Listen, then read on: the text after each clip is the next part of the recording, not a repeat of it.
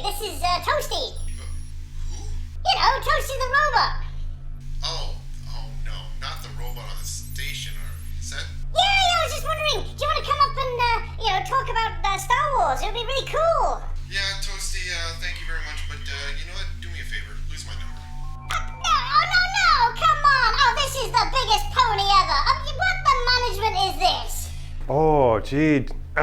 How's your buddy George doing? Oh, just shut up, just shut up. Well, good thing we've got stuff to do on our own show. Hey, coming up next is the DIY segment. We're going to look at diffusion and field light. Could have been Star Wars, but no, we're going to talk about diffusions and field lights. Mm-hmm. Ready? Well, might as well. We got nothing else to do. Play it, boy.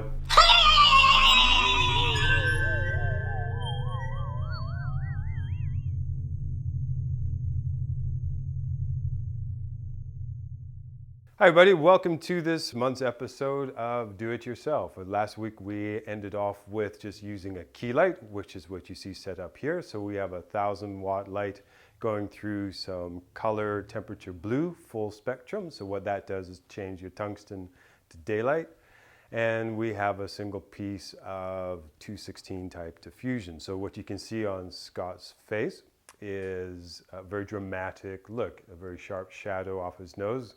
If he looks just at the camera, and if he looks towards the light, and if he looks back, and he looks off to his other side, you see what that looks like. So what we're going to introduce now is a second light. It's going to be another 1,000-watt light. It's going to be going through 2 layers of 216 type diffusion, another 1,000-watt light, and it's positioned about 5.5 feet away from him, and it's going to be our fill. And now what you see that happens is that shadow on Scott's nose is even softer. So now if you look to your left, and then towards the camera, and towards the light again, and back, you see now that we have a nice ratio of light between one side and the other. And that's quite key to when you're setting up your lighting. What are you looking for? So a nice ratio, a very often used ratio, is 2.5 to 1. So your key light, which would just be this light, would be the 2.5. And this would be your fill. So the ratio between the high and the soft would be 2.5 to 1. And you use your light meter to sort that out. So about 2.5 stops difference. And you can see quite differently if I turn off the key light and just use the fill light. There's almost nothing there. So important when you're lighting, and I'll turn them both off. Right? So we start with nothing. That's your role as a cinematographer. There is no light. You start with your key light. Get that the way that you want. It can be 30 degrees off camera, 45 degrees off camera, above the subject, below the subject. This is really where the artistic storytelling of light for your film comes into play. And then you're going to need a fill light. It could be a bounce light, it could be all kinds of different, but we're just going to use a straight ahead fill light like that. And this is the kind of look that you get. It could be used for many different types of scenes. Of course, we have no background, so Scott could be anywhere at this point. But it's very flattering. 2 simple setups, 2 lights, 1,000 watts each, a little diffusion, a little correction, a little understanding, and now you can begin your storytelling with light.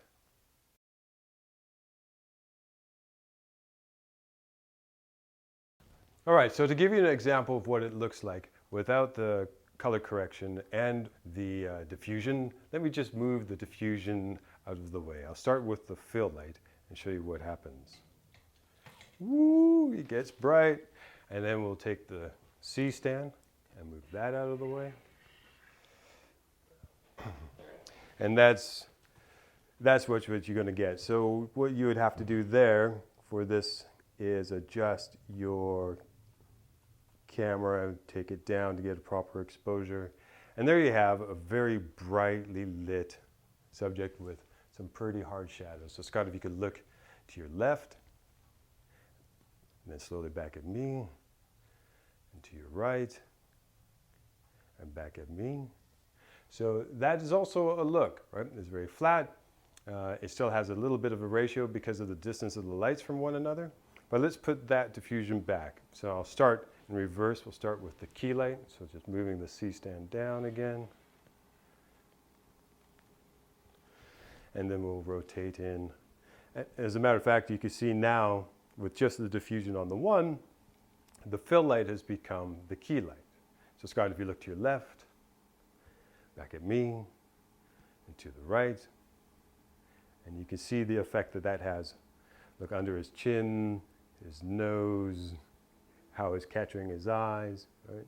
And then we move the diffusion back in front of that. And now we have to correct the exposure once again.